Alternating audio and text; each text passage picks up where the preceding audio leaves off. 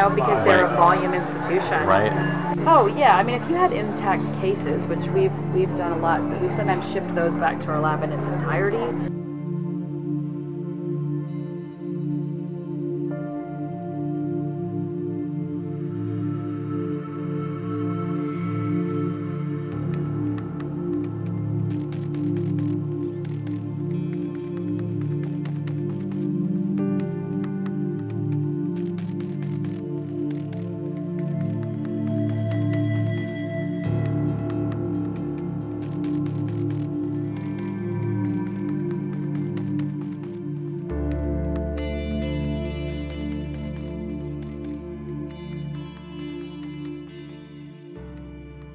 What I saw, I had one incident where I had a person that I promised something to, and I couldn't deliver. And I told Robert, we need to find, places that are able to Produce the volume you need.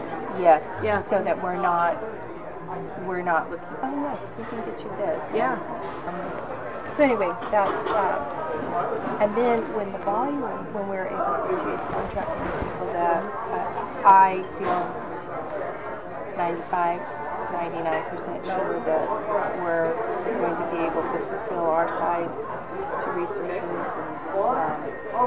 and So many of them think they can, right? So many of them think they have the volume, and it's like not really. And right. So many physicians are like, oh, I can totally procure tissue, and they can't. So it's just it's a lot of misinformation. You deal with that quite a bit. Yeah. Well, I think I was looking on the website a little bit earlier today and just sort of seeing all the different things that you have listed there. I think on the topic, on the fetal tissue side of it, it'd be helpful for us to understand volume-wise. I mean, realistically, if we were to do an agreement with you guys, what do we think you could get? I mean, what do you feel like you could get? Volume-wise? Yeah, okay. On specifically liver tissue, because that's such an area of demand for us. Right, so liver and what about intact specimens? Oh yeah, I mean, if you had intact cases, which we've done a lot, so we've sometimes shipped those back to our lab in its entirety. Oh yeah, I mean, if you had intact cases, which we've done a lot, so we've sometimes shipped those back to our lab in its entirety. Okay. So that would also be great if you have the entire case. Yeah, because it's just, again, the procurement for us, I mean, it could go really sideways depending on the facility. Yeah. And then our samples are destroyed, and we're like, really? This was all so much work, and then just to have them be destroyed is awful. I mean, we have, researchers wait forever, and they want certain things perfectly done.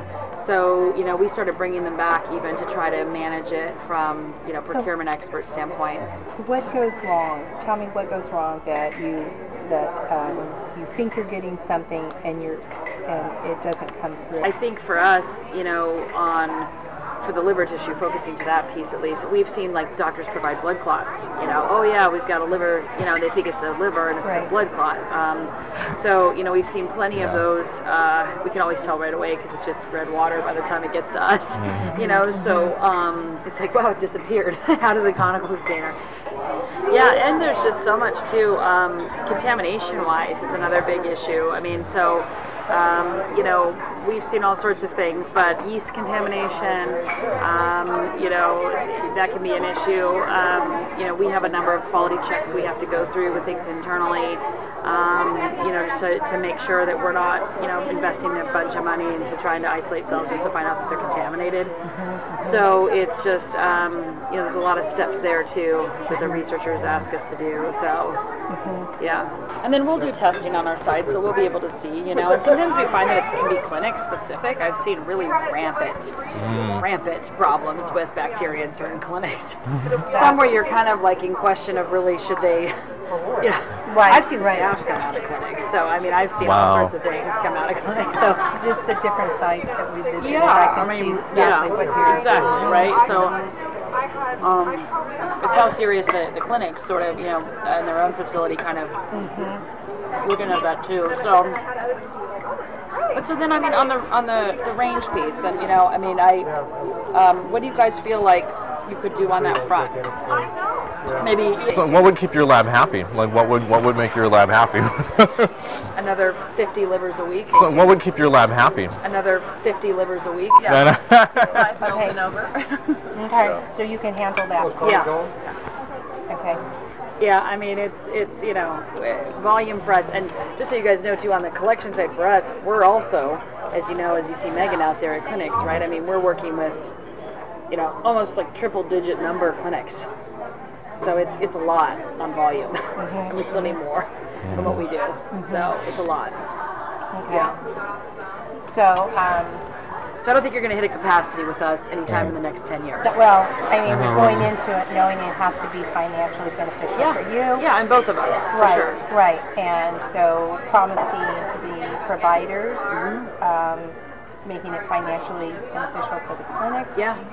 Everybody has to be doing their job, and that's what I'm trying to find out is who needs to be doing what, who hasn't been doing what, why has it been a failure financially for clinics or you or us, and solving those problems so that everybody's profiting financially. Like there's clinics out there that have been burnt that feel like they're doing all this work for research and it hasn't been profitable for them. Really? No, do you feel that way? Sorry, that was. Oh, I thought you were saying that. Yeah, no. No. Okay, good. Yeah, I was going to say, I don't see that either. I feel like there's clinics out there that have been burnt that feel like it hasn't been profitable for them. I was going to say, I don't see that either. I haven't seen that piece either with that.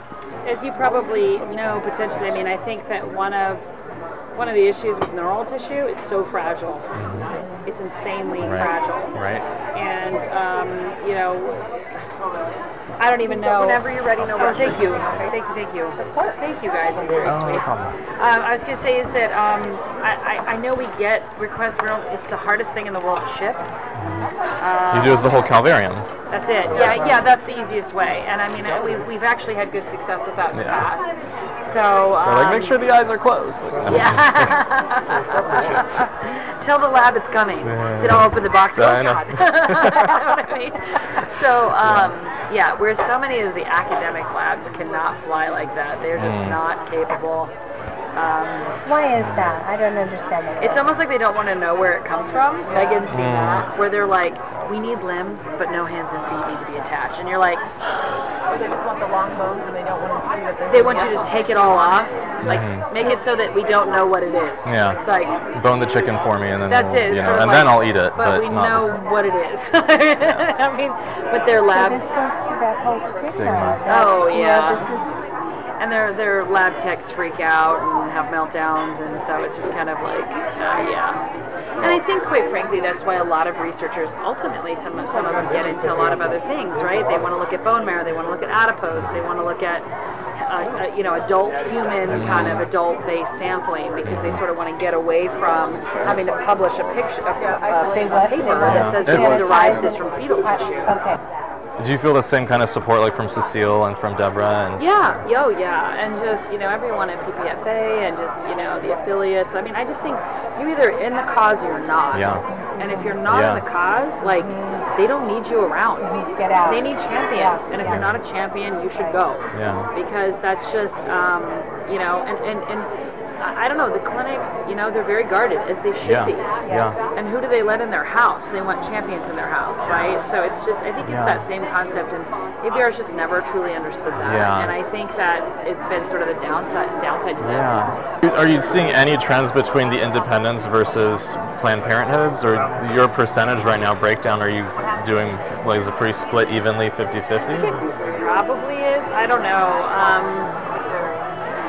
It is different, but, you know,